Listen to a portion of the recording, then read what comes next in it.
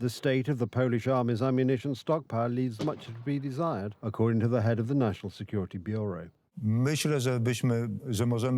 think we can, depending on how this battle is conducted, conduct this defense for a week or two at today's stock levels. Negligence in this area derails our country's defense capabilities. We should have a stockpile of ammunition that is sufficient for 6 months of fighting. This, as we know, does not exist, and this is the obvious negligence of the current government. The most difficult situation is with artillery ammunition of the largest calibers, 155 and 120 millimeters. A big problem in the production of such ammunition is signaled by employees of the manufacturer, Nitrochem, a company belonging to the Polish Armaments Group.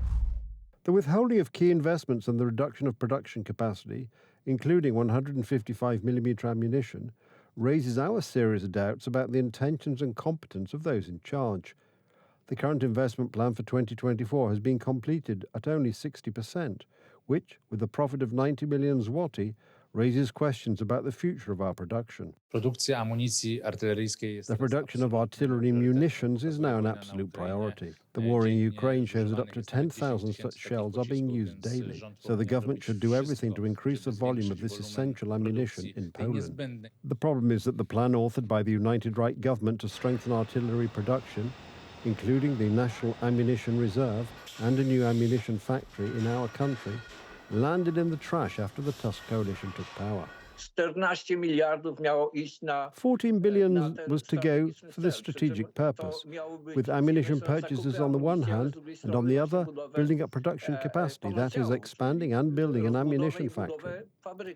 According to the Law and Justice government's project, a new factory for artillery ammunition of the largest calibers was to be built in southern Poland. More factories need to be built, especially in the west of our country. This is the right place to locate such factories. It is necessary to act, not to tell different stories. Tusk's government, the December 13th coalition government, is all talk and no action.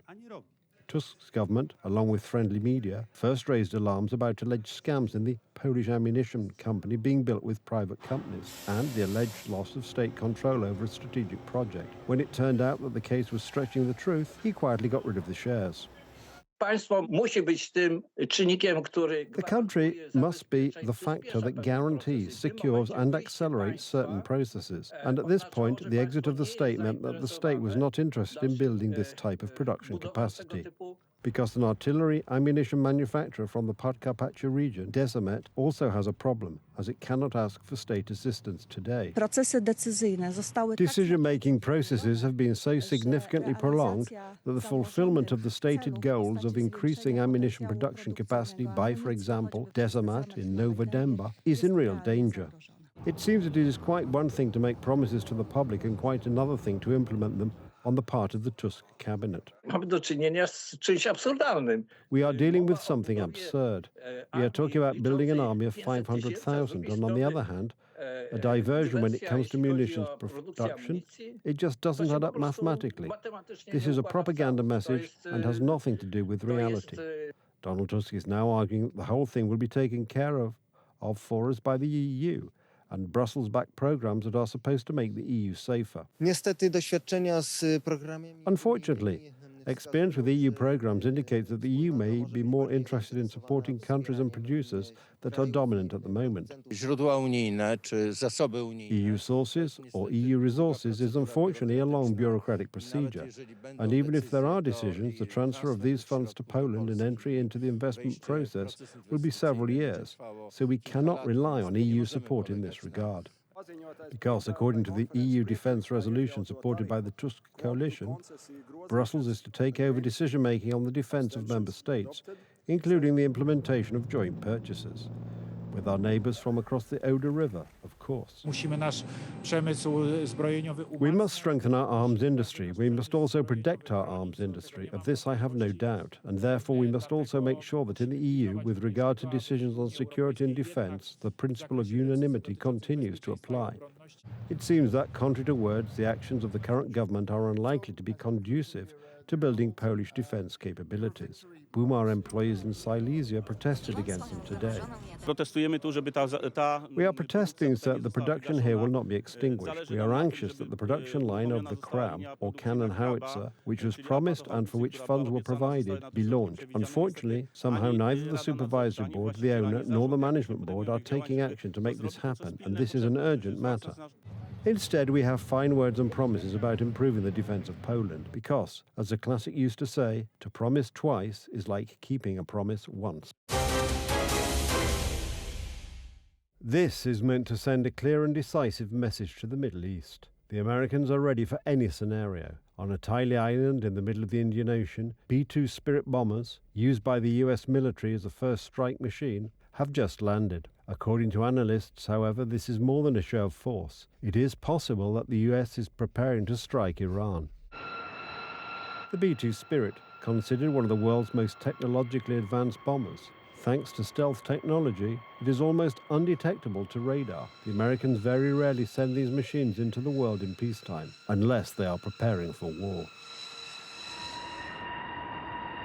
So it's not surprising that the movement of such an aircraft is followed not only by aviation enthusiasts. This time, however, it was not one, not two, but at least 7 bombers that flew halfway around the globe to the Diego Garcia base in the Indian Ocean. If we start today, we will unveil a new missile city every week. The project will continue for the next 2 years.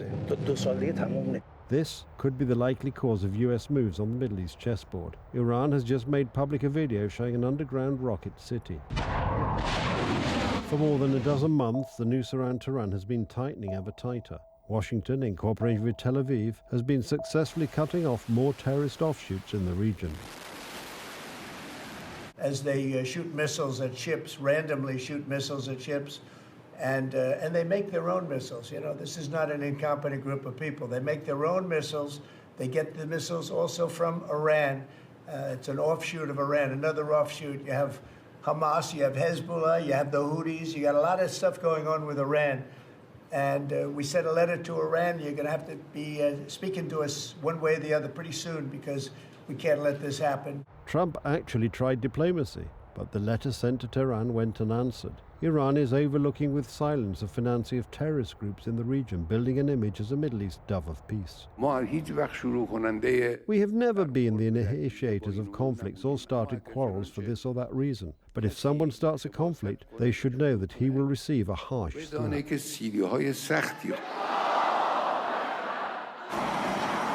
The problem is that the Americans will preempt such a maneuver. According to analysts, war with Iran is extremely likely.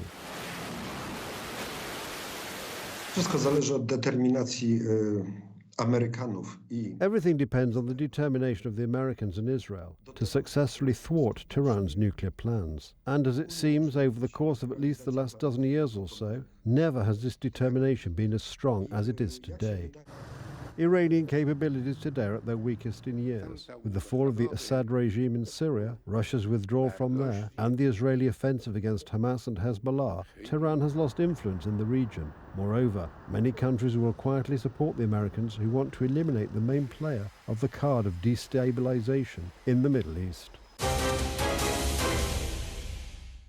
Ice-covered Greenland is once again heating up the world political scene. Last night, the White House announced that it will be U.S. Vice President J.D. Vance who will head a U.S. delegation traveling to the island. We want to reinvigorate the security of the people of Greenland because we think it's important to protecting the security of the entire world. Unfortunately, leaders in both America and in Denmark, I think, ignored Greenland for far too long. That's been bad for Greenland. It's also been bad for the security of the entire world. We think we can take things in a different direction, so I'm going to go check. The visit of the American delegation was controversial, so its plans were changed. There will be no participation in dog sled races or visits to native heritage sites. On Friday, Vice President J.D. Vance and Second Lady Usha Vance will travel to the Pitufik Space Base in Greenland to receive a briefing on Arctic security issues and meet with U.S. service members. Pitufik Space Base is the Department of Defense's northernmost installation. Greenland is an island 6.5 times the size of Poland and home to less than 60,000 people. It is here that the shortest route from Europe to North America leads, which is of colossal importance for anti-missile systems. It is here that mineral wealth, oil, and natural gas are found. Once again in history, Greenland is becoming an important element in the global security system. Under the Second World War, the U.S. built up a huge number of bases, and the Cold War even more.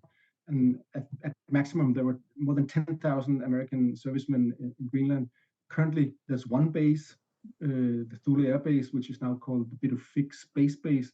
And I think there's around 300 American soldiers there. And that's it. U.S. President Donald Trump wants to change that. He already proposed to the authorities in Copenhagen to buy the island 5 years ago, and now he's revisiting the idea. I think Greenland's going to be something that maybe is in our future. I think it's important. It's important from the standpoint of international security.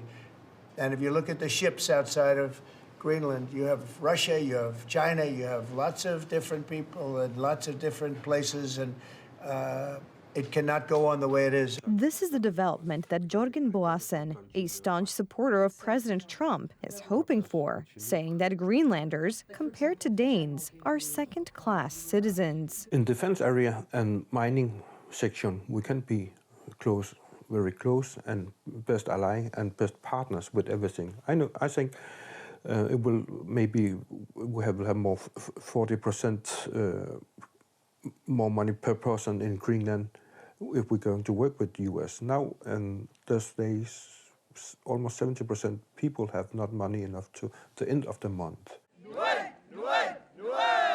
Elections for the 31-member parliament held 2 weeks ago showed significant support for independence from Denmark and independence for Greenland. We're open for any kind of business, but we are Greenlandic and we will not be bought by any country, the US or another country. We are very proud as a people, and we stand for, I would say, some kind of independence talk has been going on for a long time, and that's our main goal as it is. The struggle for influence in Greenland is just beginning, although for the locals this may be good news. Recent statements by President Trump's administration, combined with the opening of a new airport, have generated record interest in the island among tourists.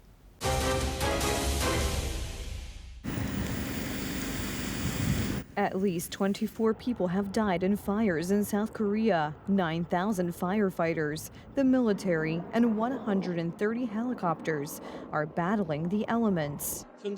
At the moment, we have 24 confirmed deaths, but new information is still coming in about serious burns. During the operation, one of the firefighting helicopters malfunctioned and crashed.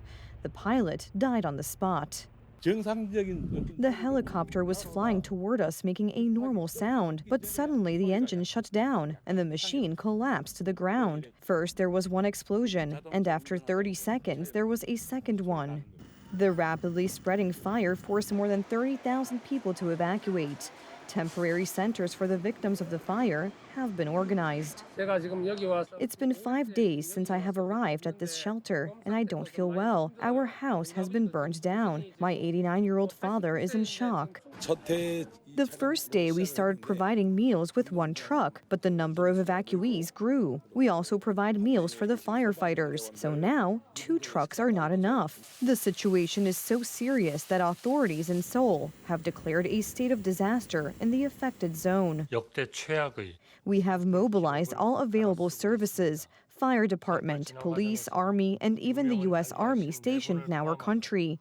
The forest fires are difficult to control because of the strong winds that blew throughout the night and reached hurricane strength in places. Fires in the southeastern part of the country have consumed several historic, more than 1,000-year-old Buddhist temples. A battle is underway to save the remaining ones. We were very proud of it. The sight of the burned temple is very painful and heartbreaking. It only took a few moments for it to turn into a sea of fire. A special agent is sprayed from helicopters to reduce flammability near Gon's temple. Buddha statues that cannot be taken out are covered with fireproof fabric. 요 산 너머까지 와서 All the artifacts in this temple have been moved to a safe place. Officials from the district office, Forest Service, and fire department are here to protect the temple, which has been a place of comfort and hope for more than 1,300 years. South Korean authorities say the fires have caused unprecedented damage and are developing in a way that exceeds existing forecast models.